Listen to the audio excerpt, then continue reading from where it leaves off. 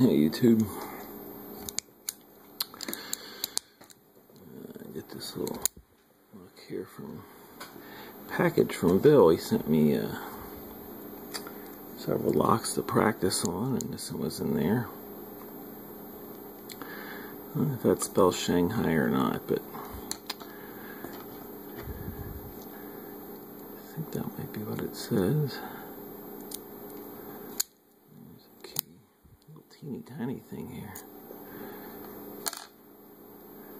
Kind of thought it was funny here.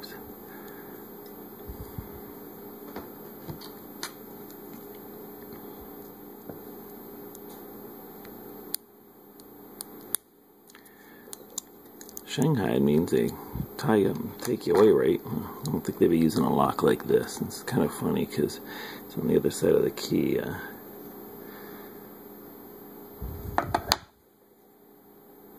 says good luck. If you were locking anybody up with this, I think you'd need some luck. Anyhow, that was kind of a simple pick for my first one, but I'll be posting more videos. Thank you.